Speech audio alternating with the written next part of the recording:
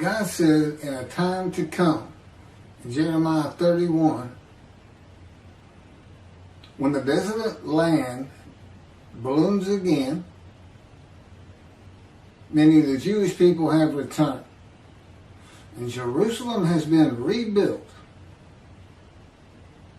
God will make a new covenant with the Jewish people. The land lay desolate from the time Rome destroyed the second temple, and the Jewish people were dispersed primarily throughout Europe, but eventually the world. But after the Holocaust, 1948, they created the state of Israel, now considered a country. So this is the day that the new covenant is here. But how does it get announced? Now, the first covenant between God and the Israelites was basically, if you do all of my commandments, all of my laws, abide by everything that I tell to Moses and Moses gives to you, and you all agree to this, then I will be your God and you will be my people.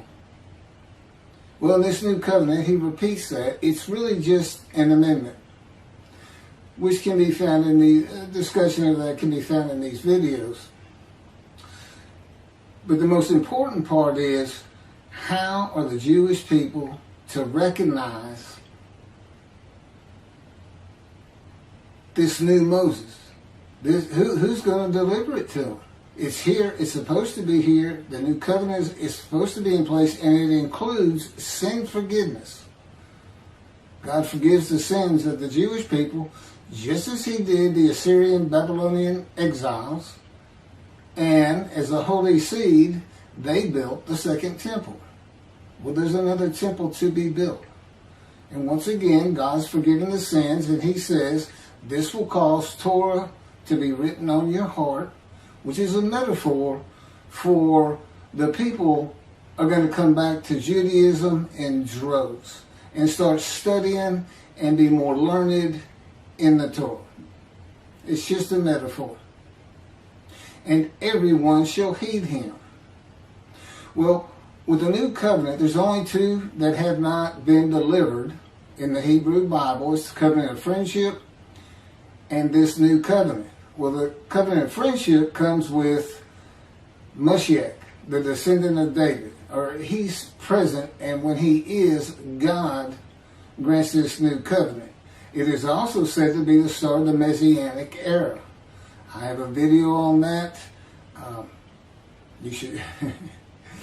I think the day of the Lord is more important, and in the day of the Lord, which he announces prophetically in Malachi 3, in the very first verse, he says, I'm sending my messenger to clear the way before me, and I shall return to my temple suddenly.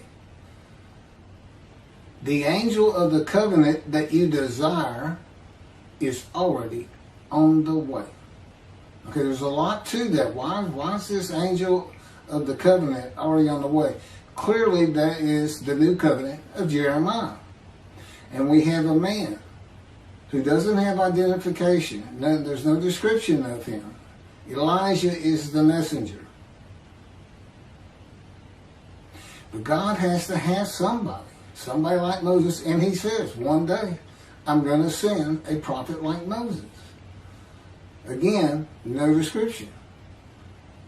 So we have four men coming. The Moshiach, descendant of David, no description, although the sages and rabbis of the Talmud believed he was described in Isaiah 53. They called him the leper scholar, just because of the verses. He's a man of suffering, familiar with disease, but he makes the many righteous by his knowledge. Christianity believes that describes Jesus Christ. And that's what you'll find in just about all these videos.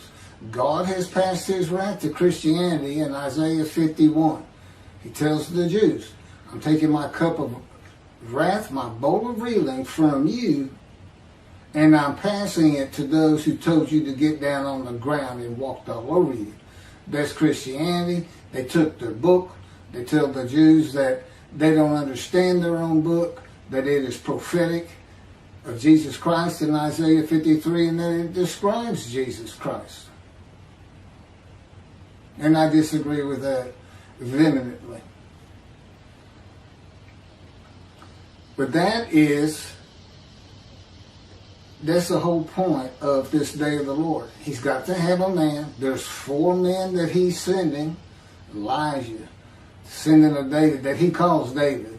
Elijah, David, the prophet like Moses, and the righteous servant. Now he has a description. And all 3 of these other men were righteous, and they were servants of God.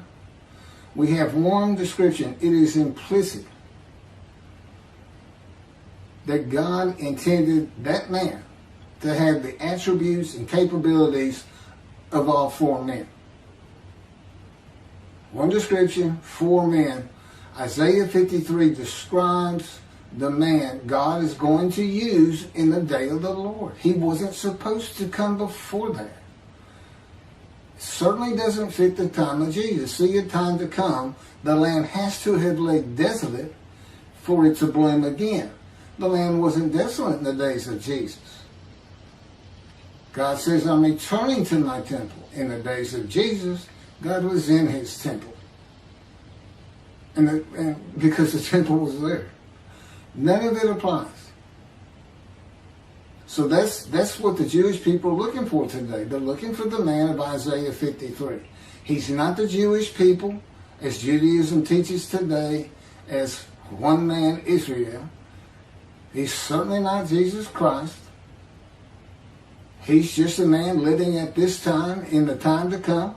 The Jews, it's very simple. God says to his chosen, when you return, I will return. Because he knew what Rome was going to do. He knew they were going to be dispersed. It's called the diaspora, away from Israel. And he knew they'd come back.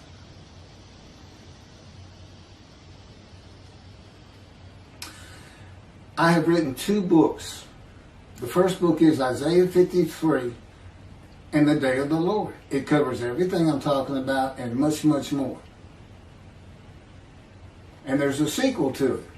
The life of the righteous servant of God of Isaiah 53. It's a chronicle of my life. That God, as he had Moses write the Torah, dictated to me. He's my ghostwriter of my autobiography, and it focuses in primarily on everything that happened to my life that has me fit every verse of Isaiah 53. He came to me, basically, as Jeremiah would say, in the womb.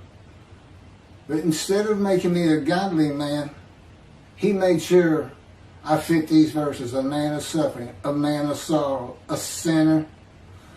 I was an atheist for 50 years. He made sure I didn't associate with anybody that was religious. I've never had any training. All of my knowledge comes from him. And when you read these books and you take all that into consideration, you'll know what the Orthodox Jews know. There's no way Moses wrote those books, the first 5, the Torah, on his own. And there is absolutely no way I wrote these 2 books on my own. It's just not possible. I have far too much knowledge. I have knowledge that the great Jewish sages and rabbis, their intellectual commentary people, don't even have a clue about. They have no clue what a man in divine beings is, for instance. That the Holy Spirit is a person, for instance. What a host of the Lord's host is, for instance. God's way of communicating with the world. And a lot of that is because he wanted it that way. He knew what they were going to come up with. He knew where Judaism would be in the day of the Lord. he put a lot of these things, like the angel of his presence and the Holy Spirit, in Ezekiel. I mean, Isaiah 63, he didn't put it in the Torah, where he knew they'd get hold of it. A host of the Lord's hosts, you find that in Joshua, the 6th book. It's not Torah. And, of course, Jacob did wrestle with an angel. I mean, that's what they say. But that's not what Jacob says, whose name was changed to Israel. That's not what Jacob says. He says, I wrestled with a man in divine beings. Any man that the Spirit of God alights upon, such as the descendant of David, in Isaiah chapter 11, is going to be a man in divine beings, because God is in his spirit. And there's videos on that already. This is only the 4th. I've got 3 videos out. I'm getting ready to upload another one. But it's all in the books. Every question you have, and every time you read it, understand, I've never had any training. I've never associated with religious people. It's just never been a part of my life until I was 50 years old. But here's the last thing I'm going to say on it. You can find the books at keithmccarty.wordpress.com. This is the last thing I'm going to say on it. Isaiah 53 has got one verse that nobody can match. Nobody can fit, except the man himself. God chooses to crush him with disease, so that he will offer himself for guilt, and he might be given long life and see his children, and by his knowledge he makes the many who become a multitude righteous by his knowledge. How do you know if a man's offered himself for guilt? How about a man who's crushed with disease and receives long life? I had colon cancer quite a while back. It was very severe. I should have died from it. But they were able to extract it, a dangerous surgery, because I had been shot through the abdomen when I was 18. And I had been opened up from stem to stern. And they had to go back and do it again to get this incredibly large tumor that had burst through my colon. I was bleeding internally. I mean, I couldn't even get up to go see a doctor anymore. I was dying in an apartment. But the planes hit New York.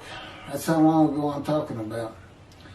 And it just inspired me to try one more thing. I got a colonoscopy and they found the tumor. I've been trying to find out why I couldn't eat, why I had such a severe pain in my belly for months after month. And I was just wasting away. But they got it. And I took the chemo for it. And colon cancer has never come back. But when I finished the chemo, they ran more tests. I came back in to see him, and they're shaking their heads, bad news. I said, it wasn't there. They said, your lungs. And they showed me the pictures. They said, you see those white spots? That's cancer. That's cancer we can't treat. It's so advanced. I said, well, what does that mean? You're not going to treat it. They said, you're going to die, and you're going to die real soon. Now, if you study lung cancer and you see a stage 4 lung cancer, you're going to find out that people don't live more than a year.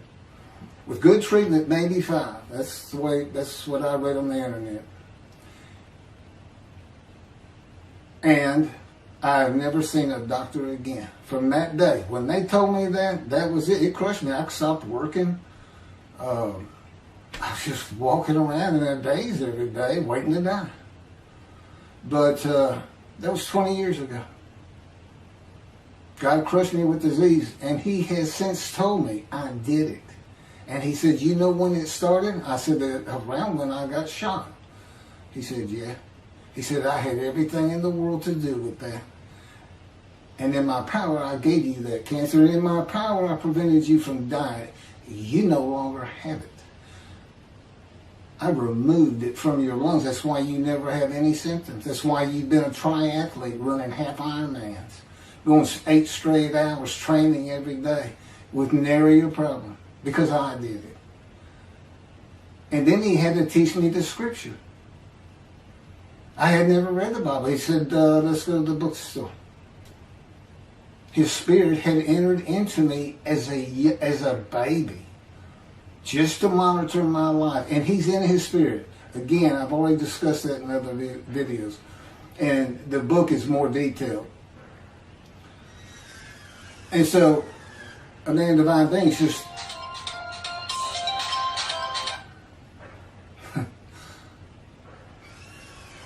There's three persons in this body. The person of God, the person of the Holy Spirit, who is the angel of the presence, who is the angel who brings the covenant. And I am to announce it. And I do in those books. When they're published, that's the formal announcement, whether anybody wants to read it or not. The announcement that the new covenant is here. The covenant of friendship is here. So these videos and those books, which I could not have written, are my proofs, and I promise you, they are so far greater than the proofs God gave Moses to convince 600,000 Israeli men, slaves, and their families to follow him out of Egypt. I'm not talking about all the miracles. I'm talking about what he had to approach them with. He said to God, who am I that they would listen to me? And then you can find this in the Torah. I guess it's in Genesis or Exodus. That's what all this is about. God said he was going to do this. He's doing it. The Jewish people have a different idea of what happens when the descendant of David comes. I've explained why it's wrong.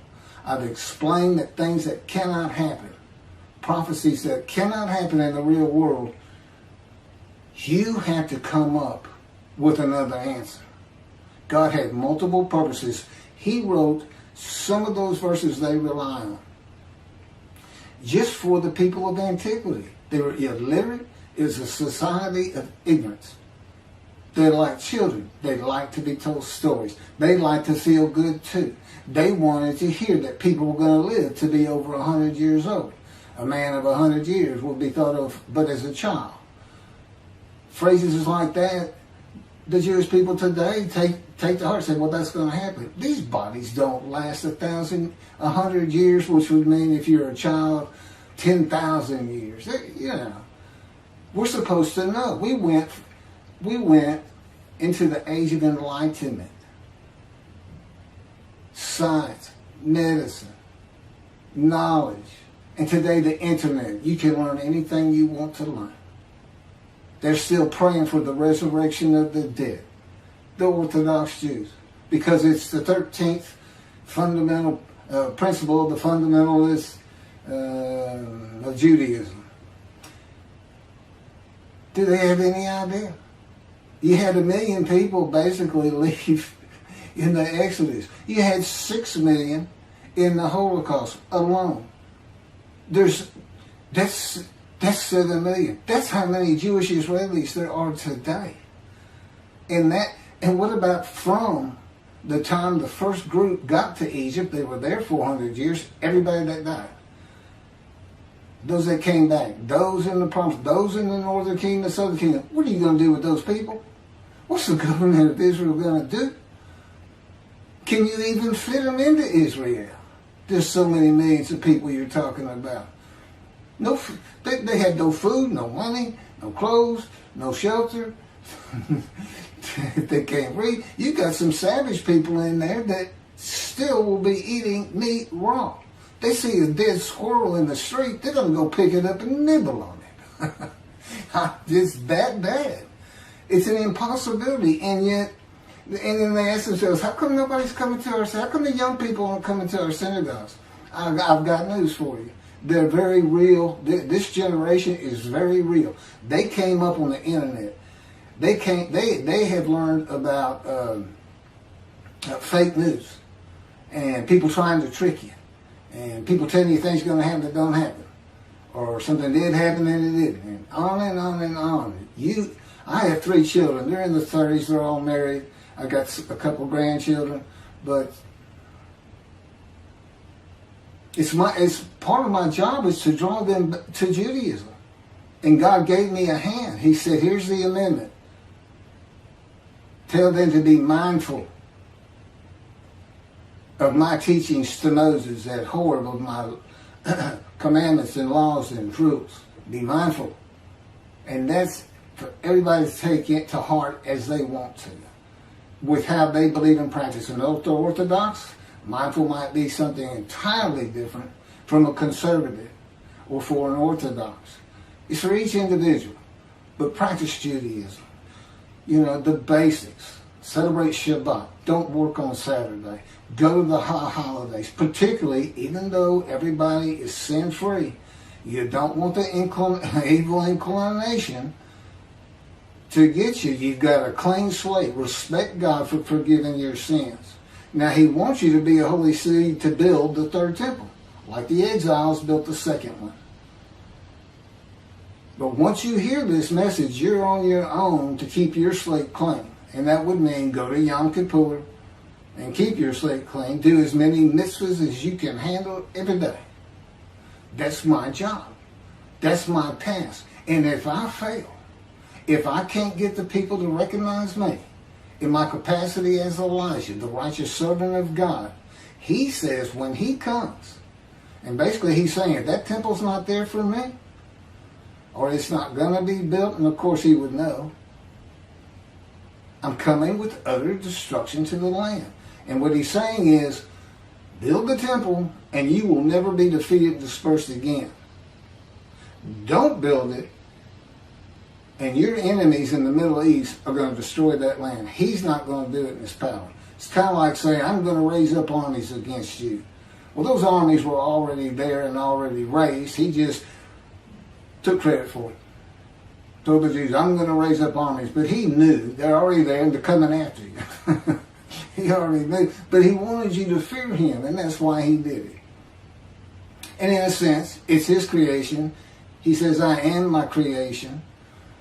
It is, in a sense, Him doing it. You know, He's not lying, I guess is what I'm getting at. We're getting at. So enjoy the videos. Read the books. They're free right now. When they're published, buy a copy for your coffee table.